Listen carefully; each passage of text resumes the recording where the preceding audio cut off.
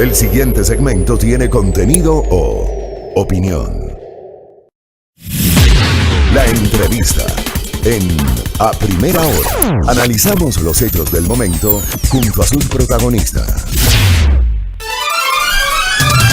Bueno, de la visión de Ramiro Aguilar haciendo este análisis sobre la victoria de Lasso, la derrota de Arauz, hablemos justamente sobre lo que se le viene a Lasso a nivel legislativo. A ver, Guillermo Lasso ha hecho algunos anuncios esta semana. Ha dicho que el mismo 24 de mayo, una vez que ya asume el poder, va a preparar una reforma tributaria para, por ejemplo, generar un IVA diferenciado durante los feriados. Habla de la eliminación del impuesto del 2% a los microempresarios, que fue terrible, ¿ya? Incluso hubimos personas naturales que de pronto nos pusieron como microempresarios en el SRI, una cosa de locos, y eso nos ha pasado a cientos, a miles de ecuatorianos. También ha hablado de impulsar una reducción progresiva del impuesto a la salida de divisas, digamos en el ámbito tributario. Lasso también ha dicho que preparará un proyecto para derogar la Ley Orgánica de Comunicación y para eliminar la Secretaría Nacional de Educación Superior, Ciencia, Tecnología e Innovación, CENESID. El tema es que para todo eso necesita al menos 70 votos en la Asamblea Nacional. Y en la futura Asamblea Nacional, creo, en alianza con el Partido Social Cristiano, no tienen esa cantidad de votos. ¿Cómo visualiza justamente la relación de la futura Asamblea Nacional con el Ejecutivo, liderado por Guillermo Lasso? Le pregunto a Natalie Arias, asambleísta nacional electa por el movimiento Creo, que nos atiende hoy telemáticamente. ¿Cómo le va, legisladora? Bienvenida. Hola, muy buenos días, muchas gracias por la invitación. Efectivamente, pues la conformación de la Asamblea ya está definida, estaba definida ya desde el mes de febrero, y por lo tanto, pues esta es la situación que enfrentamos como futuro gobierno. Aquí lo importante realmente es plantear y, por supuesto, pues presionar desde la ciudadanía para lograr esos cambios que se necesitan para tener la seguridad jurídica que es indispensable para el país, para lograr la reactivación económica. Ahora bien, el presidente electo Guillermo Lasso, cuando se posesiona el 24 de mayo, se va a encontrar con una asamblea que 10 días antes, el 14 de mayo, ya habrá elegido autoridades, ya habrá distribuido las vicepresidencias, el CAL, las comisiones legislativas especializadas. O sea, para el 24 de mayo ya la asamblea administrativamente estará en pleno funcionamiento. Pero Creo tiene apenas 12 legisladores. Ya se ha hablado de que van a actuar en bloque con el Partido Social Cristiano. Estamos hablando de algo así como 27 o 28 legisladores, 28 me parece en total, pero no les alcanza. ¿Con qué sectores van a conversar o con qué sectores podrían generar una alianza estratégica que le dé un margen mínimo de gobernabilidad para el inicio de la gestión del presidente electo Guillermo Lasso?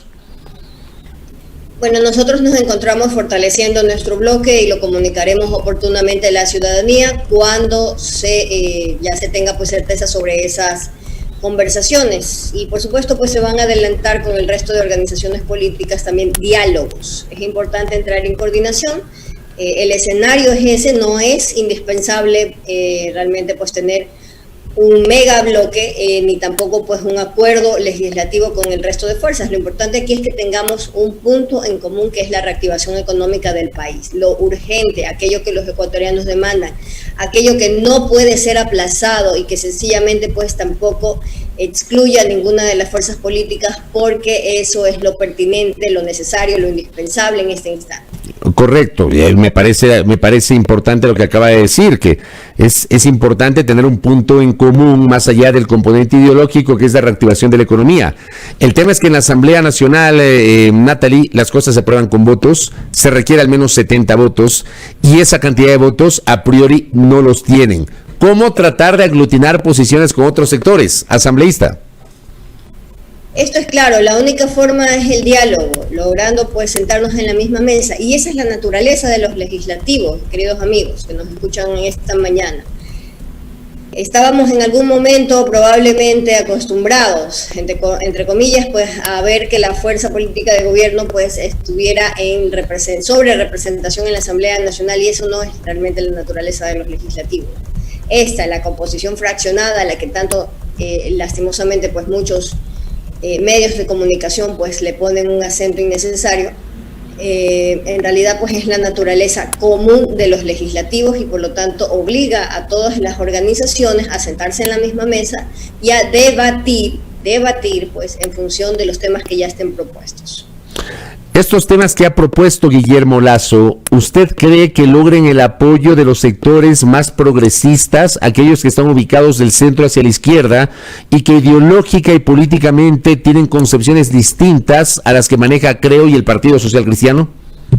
De ellos, por supuesto, pues que la ciudadanía y además también el partido que yo represento, que en este caso es el de gobierno, pues va a demandar la madurez política para lograr sentarnos no solamente en la misma mesa, sino llegar pues a buen puerto con estos debates, con estas discusiones. Los proyectos de ley estarán presentados en las primeras horas por parte de Guillermo Lasso, esta reforma que bien ha descrito usted, y por supuesto pues en este caso deberán aprobarse pues en el periodo correspondiente según la ley orgánica de la función legislativa. Aquí en realidad pues la prioridad es una sola, la reactivación económica. Para eso también se necesita por supuesto el plan de vacunación como una de las medidas que debe tomarse en términos económicos para lograr pues ese propósito después de haber vivido un año durísimo y seguir palpando en carne propia pues las consecuencias de una pandemia, de una crisis sanitaria, pues de estos alcances y de esta naturaleza. Correcto, o sea, primerito tiene que pensar en el plan de vacunación exactamente. Lasso en campaña ofreció en los primeros 100 días vacunar a 9 millones de ecuatorianos. Ojalá sea posible. Y digo ojalá porque dependiendo de eso la economía también se va a reactivar, tomando en cuenta que estamos en una situación muy compleja. Pero estas iniciativas tributarias, ¿usted cómo las ve? ¿Cómo le puede explicar usted a nuestra audiencia la naturaleza de esas iniciativas que ya ha anunciado el presidente electo en esta semana? Natalia Arias. Importante hablar de, por ejemplo, el impuesto a la salida de divisas, que se ha convertido en realmente pues un impedimento para que los ecuatorianos podamos disfrutar de los beneficios de captar inversión extranjera directa. Estamos totalmente a la cola, al final de la fila. Realmente Colombia y Perú pues en eso llevan enorme ventaja, significativa ventaja, y por supuesto pues el líder en la región en esos temas es Chile. Entonces Ecuador definitivamente puede acceder a esto siempre que pase por un proceso que le permita demostrar que tiene realmente interés en generar las señales correctas, la seguridad jurídica que el país necesita.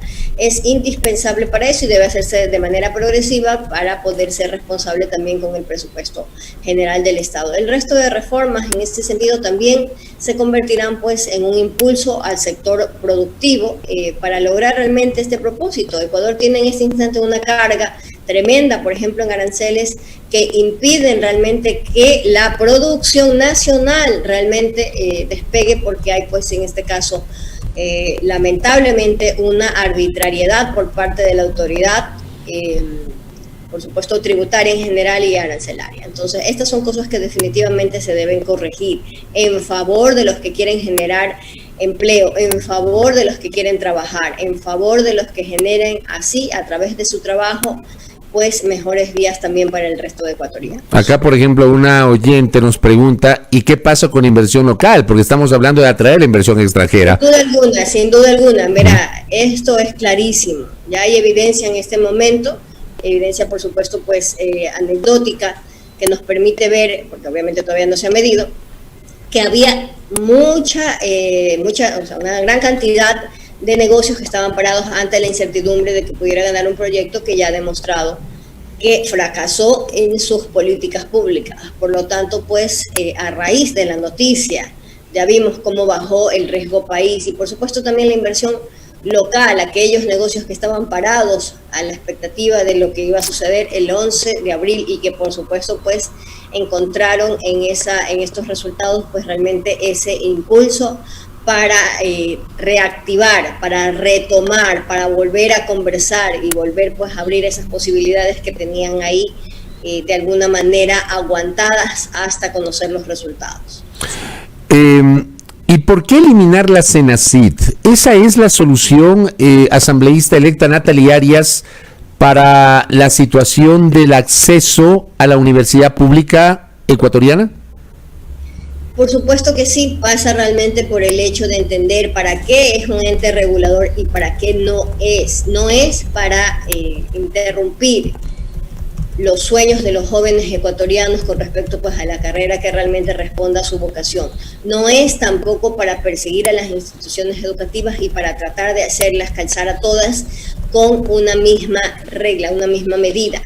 Está allí para poder verificar que se cumplan los presupuestos que obedecen pues a la educación superior, y estoy hablando específicamente de la autonomía universitaria que permite la investigación, que permite también el desarrollo de nueva tecnología, el desarrollo de nuevas carreras, educación continua, carreras también que correspondan a los institutos técnicos y tecnológicos. Estaba allí. Lamentablemente cualquier universidad le podría decir cómo presentaban proyectos y cada vez y cuando pues tenían en ellos un impedimento, siempre con alguna excusa de poca monta para pues interrumpir este proceso natural que debe seguir la educación superior.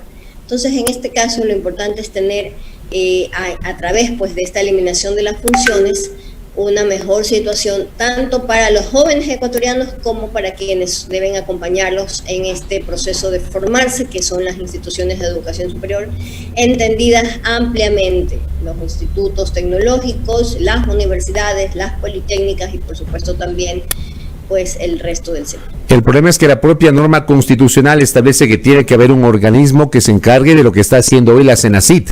¿Habría que también reformar la Constitución o cuál es el plan?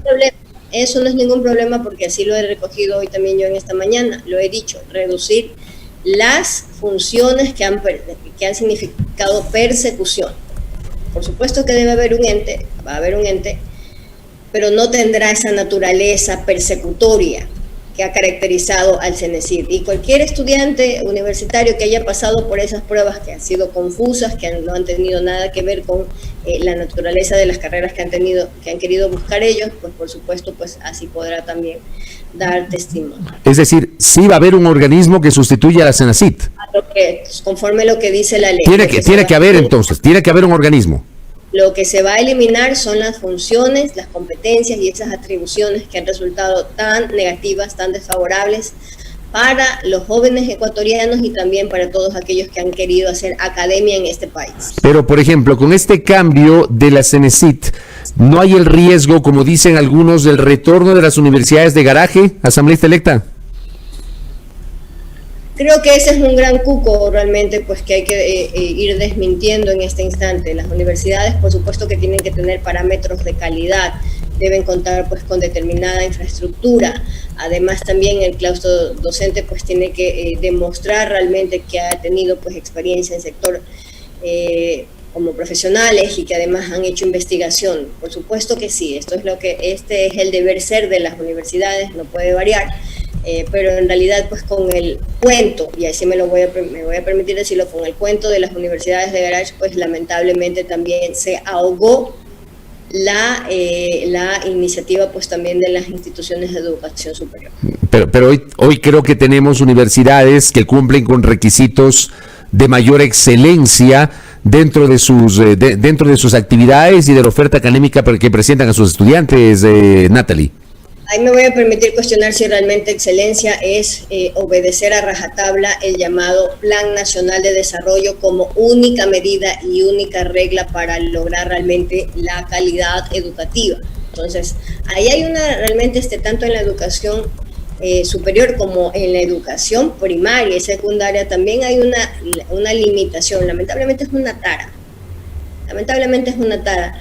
Que se constituye pues y que ha sido pues como mencionaba al inicio de la entrevista pues única regla para lograr pues la calidad. La calidad es amplia por supuesto y la irán juzgando también los jóvenes ecuatorianos pues que al formarse encuentran empleo y encuentran a través pues de esta formación realmente aquello que estaban buscando para lograr sus propósitos también de desarrollo profesional y de vida en general. Esto es importantísimo, por supuesto.